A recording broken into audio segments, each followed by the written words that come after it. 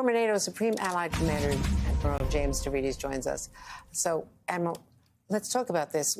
This is the first time I can recall a nuclear plant of this size in the middle of a war zone, basically, and there's no ceasefire agreement. There's any kind of negotiation between the two sides to try to protect it. It's a very dangerous situation, Andrea, and the closest we could come to it, I think, would be the Fukushima, Japan scenario, where you have both an earthquake and a tsunami at the same time, creating almost combat-like effects. That put hundreds of thousands of people at risk with radiation, and it caused hundreds of billions of dollars in damages. The potential here is equally high. The other obvious parallel is Chernobyl, but again, no war zone there. What's deplorable is that this is preventable at this point, and the international community needs to put additional pressure on Vladimir Putin to create a no-fire zone, a free fire zone around this vital nuclear power plant. And you told me nearly a week ago, Admiral, that this plant was a, quote, ticking time bomb. The fact that the inspectors have been able at least to get in and assess the situation, has that eased your mind at all?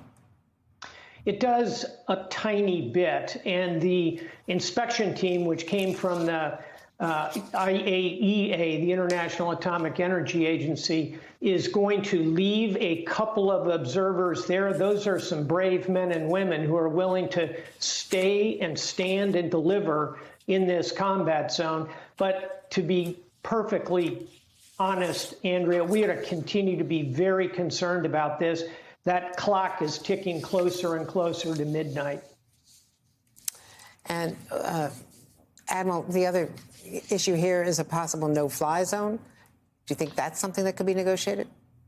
I think that by threatening to put a no-fly zone over this, enforced by NATO jets, U.S. combat aircraft, I think that would create the kind of pressure on Vladimir Putin that might, and I underline the word might, get him to back down, get his troops out of this nuclear power plant zone. There are 6 reactors here, Andrea.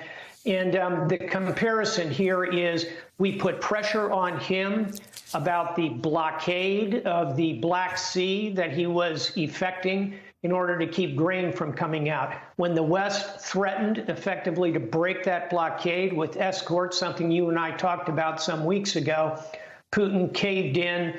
Now that grain is flowing out.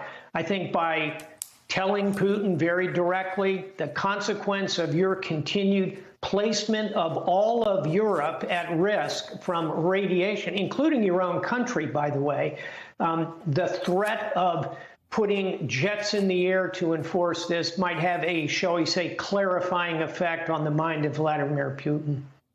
Yeah, I was going to point out exactly that breakthrough on the blockade that you were pushing so hard for. We're talking about reflagging ships and the ways that they could come up with a corridor. They did it.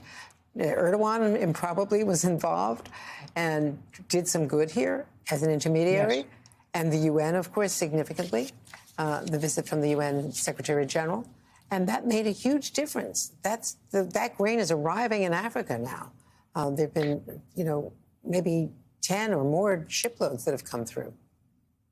They have. And I think the more the international community shines a light on those maritime operations, and by the way, kudos to President Erdogan, who pursued this very doggedly, and the UN Secretary General, who stepped in and brought that UN imprimatur over the operation. Now we need to keep the Klieg lights on to make sure that it continues to flow. And yes, Andrea, I think the same model could be applied here. Put the pressure on Putin, show him there's no way out of this, that the international community is going to continue to sink its teeth into this particular issue. I think would have a chance of making him step back from the edge of the abyss, which is where this is parked at the moment. One of the other things that's just happened today, we understand that President Zelensky is now calling for a war crimes tribunal. There have been various conversations about war crimes. The U.S. was kind of late to respond until the president in Warsaw said that we should. And now they're asking for it in Europe. I don't know if it's the International Criminal Court or what venue. But do you think that that can be convened while the war is still underway?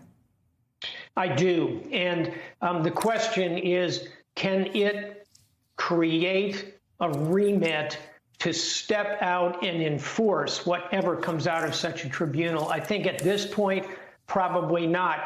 But simply the act of bringing these horrific war crimes in front of the public through a tribunal or the International Criminal Court, take your pick, Admiral, gets the lights shining on it, and that is good.